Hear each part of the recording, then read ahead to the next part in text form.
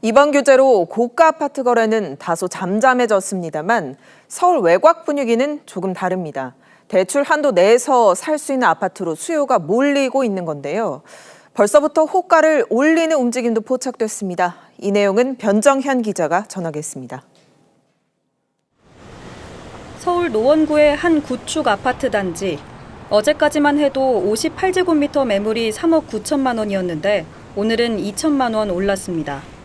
3억 9천에 올려놨는데 주인한테 전화를 해보니까 4억 천에 조금 내주겠다 이렇게 올려버린 거죠. 인근 지역의 한 아파트 매물도 하루 새 수천만 원 뛰었습니다. 9억인데 9억 3천은 받아야 되지 않겠습니까? 뭐 이런 분 계시고. 이번 규제로 대출 한도 영향을 덜 받는 지역에 수요가 몰릴 거란 전망이 나오자 집주인들이 호가를 올리고 있는 겁니다.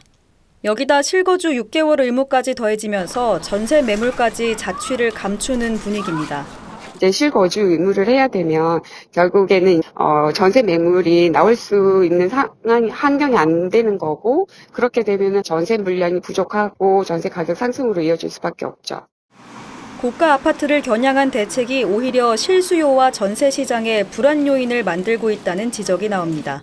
TV조선 변정현입니다. 청약 시장도 비상입니다. 대출 한도가 줄면 청약에 당첨되더라도 현금을 조달하지 못해 내 집 마련을 포기해야 하는 상황이 생길 수 있기 때문입니다. 청약을 앞둔 건설사들은 분양 시기를 미룰지 여부를 놓고 검토에 들어갔습니다. 윤서하 기자가 취재했습니다. 오는 12월 완공되는 송파구의 한 재건축 아파트 공사 현장입니다. 지난 5월 청약 당시 수백 대 1에 달할 정도로 경쟁이 치열했는데 하루 만에 분위기가 달라졌습니다. 청약 포기자가 등장한 겁니다.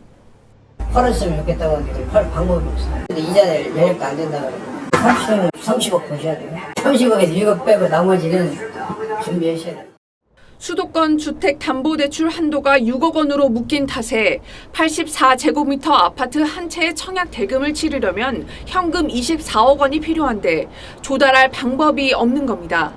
자금력이 부족한 젊은 층 같은 경우에는 대출이 막히면 청약을 포기하게 되죠. 건설회사도 분양시장이 원활하게 돌아가지 않고 이렇게 되면 공급을 또 줄일 여지가 있죠.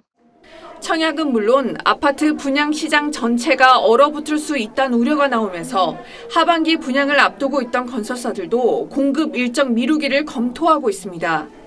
사실 뭐 대출 규제 자체가 되면은 신규 분양 시장도 아무래도 영향을 받을 수밖에 없거든요. 아무래도 심리적으로 줄어드는 분위기가 있어요. 실수요자들을 위한 공급 청사진과 함께 계층과 지역 특성을 고려한 맞춤형 대책이 필요하다는 지적이 나옵니다. TV조선 윤서입니다.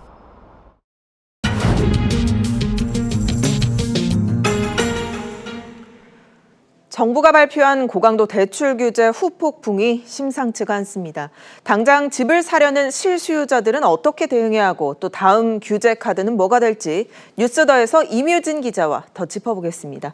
네, 임 기자, 오늘이 시행 첫날이기는 하지만 또 주말이라서 다음 주 월요일부터가 이제 굉장히 중요할 것 같습니다. 당장 집을 구하려는 실수요자들, 뭐부터 체크해야 합니까? 먼저 대출 한도를 따져야 합니다. 여기서 한도는 개인별 한도와 은행별 한도 두 가지를 의미하는데요. 이번 주택담보대출 규제의 핵심은 이 대출 한도를 6억 원으로 묶는 거잖아요. 이 때문에 집을 살 계획이 있다면 현금을 얼마나 조달할 수 있느냐가 관건이겠죠. 예를 들어서 서울 아파트값 평균이 13억 5천만 원이니까 7억 5천만 원은 쥐고 있어야 집을 살 수 있는 겁니다. 더 중요한 게 은행별 한도인데요. 이번 대책에서는 모든 금융기관의 가계대출 총량을 절반 수준으로 감축하기로 했죠. 예를 들어서 한 은행에서 하반기 총 6조 원을 대출해 줄 수 있었다면 이제 그걸 3조 원으로 줄여야 되는 겁니다. 그럼 올해가 다 가기 전에 소진될 수 있겠죠. 11월이나 12월에 집을 사려고 계획했던 그런 수요자들은 대출이 안 나올 수도 있는 겁니다. 그렇군요. 집을 옮기려는 갈아타기의 경우에는 셈법이 더 복잡할 것 같습니다. 그렇습니다. 기존에는 2년 안에 주택을 처분하기로 하면 대출이 가능했습니다. 하지만 이제는 6개월 안에 기존 주택을 팔지 않으면 대출금이 즉시 회수가 되고요. 또 향후 3년간 주택 대출이 제한됩니다. 문제는 이렇게 되면 세금상 일시적 2주택자에게 주던 비과세 혜택과 대출 규제가 충돌한다는 겁니다. 기존엔 3년 안에 집을 팔면 됐던 사람이 이제는 6개월 안에 무조건 팔아야 되니까 사실상 제도 취지가 무력화됐다 이런 지적이 나오고 있습니다. 네, 앞서 저희가 리포트에서도 봤는데 관건은 이렇게 해서 과연 집값이 잡힐지 여부 같습니다.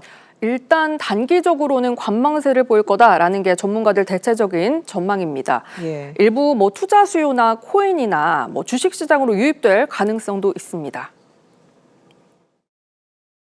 사실상 이제 갭 투자를 할 수가 없는 상황이 되어버렸기도 했거든요. 그래서 일부 부동산으로 갈 수 있는 유동자금이 주식시장으로 유입될 수 있는 가능성도 존재한다고 생각이 됩니다. 하지만 근본적인 공급 확대 같은 후속 대책이 없다면 말씀하신 것처럼 실수요자만 피해를 볼 거다 이런 우려가 커지고 있는데요.